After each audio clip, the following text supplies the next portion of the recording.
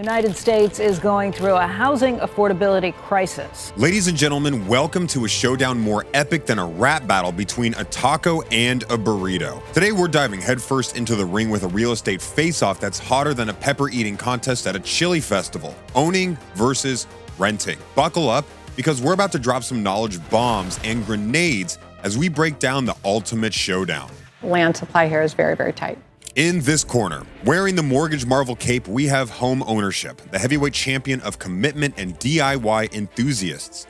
And in the other corner, sporting the Rental Rascal cape, we have the nimble ninja of flexibility and go with the flow attitude. Who will come out on top? Part 1, financial costs. Cost of homeownership. All right, let's kick things off with a bang. The costs of owning a home. Because let's be honest, owning a home isn't all sunshine and rainbows. You've got your monthly mortgage payments, property taxes, maintenance expenses, and the sneaky opportunity costs. Buckle up, folks. All right, let's do some number crunching. Calculating the monthly cost of owning a home is like playing a game of financial twister. But instead of left hand red, it's more like right hand mortgage, left foot property tax. And try not to fall on your face with maintenance costs. Oof. I know. For that, we will calculate the percentage that we need to apply to arrive at the monthly cost number. Firstly, we need to calculate the cost of capital we have invested in buying our home. That is divided in two parts: the cost of debt on mortgage repayments and the opportunity costs. Mortgage payments are like that monthly subscription you forgot to cancel. They just keep coming. So for example, let's say you purchase a house of $1 million at 20% down payment. You are most likely to pay the $200,000 in cash and finance the rest from a mortgage loan, assuming you ain't Elon Musk. The most common mortgage payment duration is over 30 years, and according to Bankrate.com, national average mortgage interest rate is 7.88%. Let's consider it 8% for simplicity as of now. So your annual interest will be 800,000 times 8%. That's equal to $64,000. And opportunity costs? Well, that's the cash you could have used to start a llama yoga studio instead of fixing the leaky roof. So in this example, you could have invested the $200,000 down payment you paid in stock and gained a return of between 6 to 7%, which is adjusted for inflation. Let's consider it 7%. The median home price increase in the US is about 1.97%, and let's consider it 2%. So that's a difference of 5%, and if you would have invested in stocks, you would have gained 5% more profit yearly. So that'll be 200,000 times 5%, and that'll equal to $10,000. So now, we can calculate the total cost as 10,000 plus 64,000 and divide the total by 1 million. Voila! That'll give us 7.4%. Now remember this. Now how about property taxes? Uncle Sam's way of saying, you thought you owned this, didn't you? Property taxes vary from state to state, but the national average tends to be 1.11%, which we will be using to determine which you should choose from the two. And then there's maintenance, because who doesn't love a surprise plumbing bill? They are assumed to be 1 to 2% of total cost of your house annually according to market experts.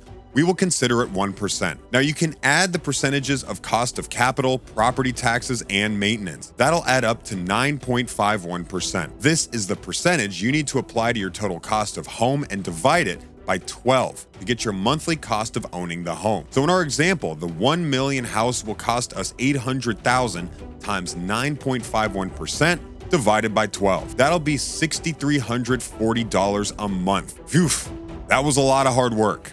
How much do you need to earn in order to afford the mortgage payment on this $1 million home? To answer this question, Jack Kammer, Vice President of Mortgage Lending for the nationwide mortgage company Origin Point, said that in order to qualify for a mortgage in this scenario, you would need to make between $195,000 to $210,000 annually, or $16,300 per month in gross W-2 income. We are not done yet, so let us now look at what renting will cost us.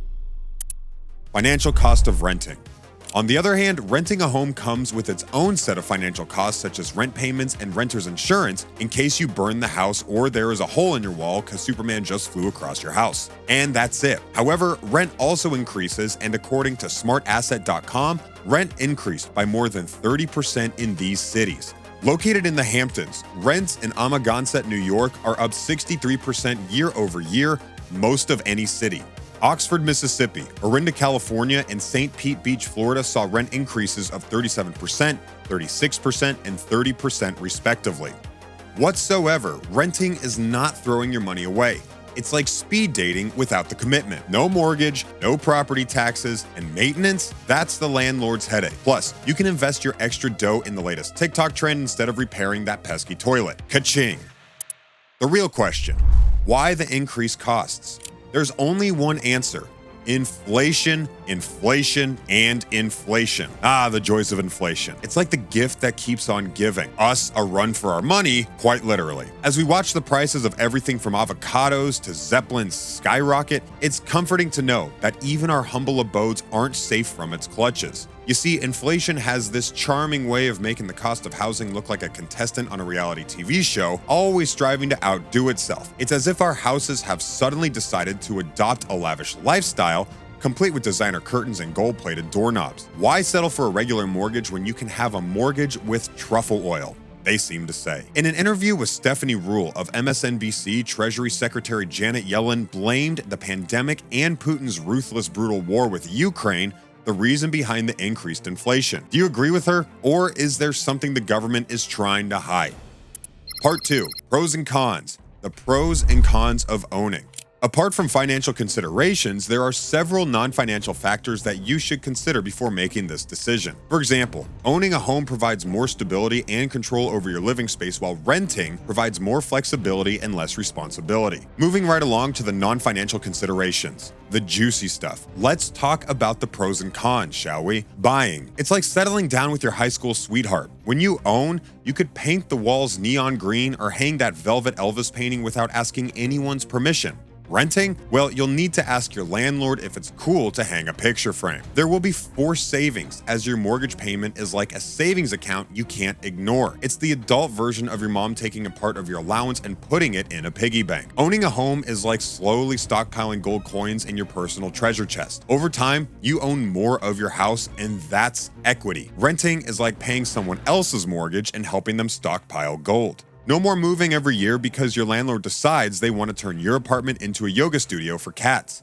When you own, you could settle down and put down roots, literally and figuratively. We cannot forget the tax benefits, can we? Owning comes with some tax perks. The government says, hey, thanks for contributing to the housing market. Here, have some tax deduction. It's like a little bonus for adulting, but it's also a long-term commitment, like agreeing to a 1,000-piece puzzle with no picture on the box. Owning a home means dealing with things like broken water heaters and mysterious leaks. You become best friends with your local handyman and learn to Google how to fix stuff. Your home can sometimes feel like that movie The Money Pit with Tom Hanks. Unexpected expenses pop up and you're left wondering if your house is secretly a black hole for money. Property taxes are like an annoying cousin who shows up uninvited and eats all your snacks. They could be a hefty addition to your monthly expenses. The money you spend on your home could be invested elsewhere. Instead, it's tied up in your house, so that dream llama yoga studio might have to wait.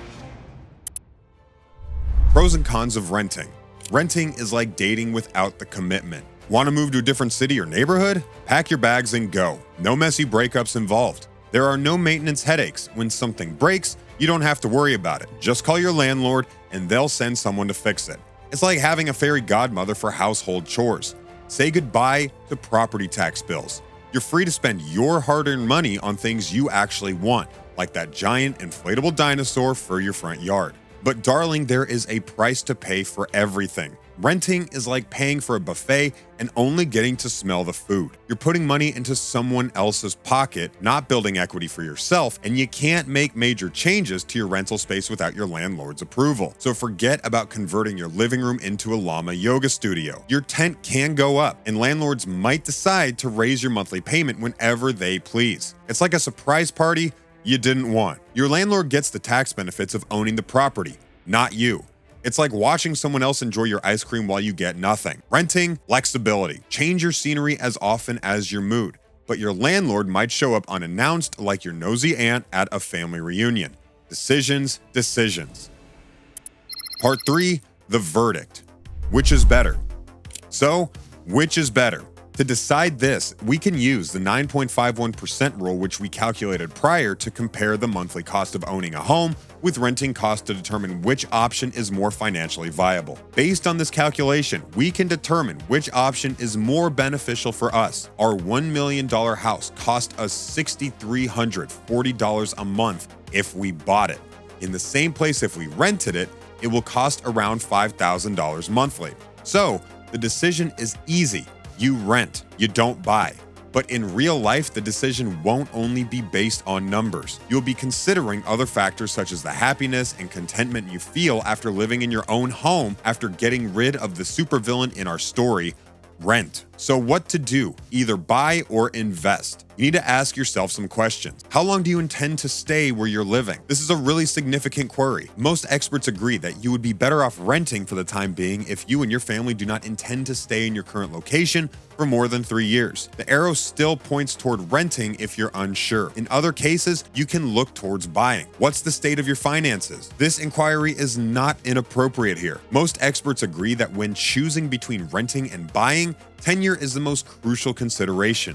Although your capacity to finance a house purchase is crucial, there is so much variation in financing possibilities that it's more crucial to know if you will stay in your current location long enough for finances to matter. Where do you live and how is the housing market doing? Politics and real estate are both locally based. The scarcity of affordable housing in San Francisco is unimportant to you if you reside in Indianapolis. The same holds true for all factors, including mortgage rates, flood insurance, and construction costs. Examine the options, costs, interest rates, and even the local housing laws. Go ahead and make the purchase if everything seems good and you are otherwise prepared. What about job security and satisfaction?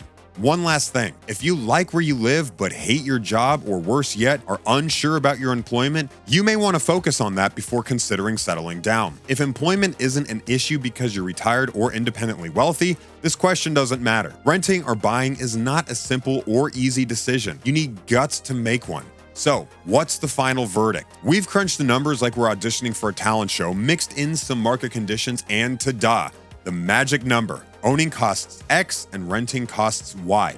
Drum roll, please. And the winner is a drum roll within a drum roll. It's a tie. Wait, what? Yep, you heard it right. The choice between owning and renting in 2023 is like choosing between pizza and tacos, both delicious in their own way. It all boils down to your financial situation, lifestyle, and goals.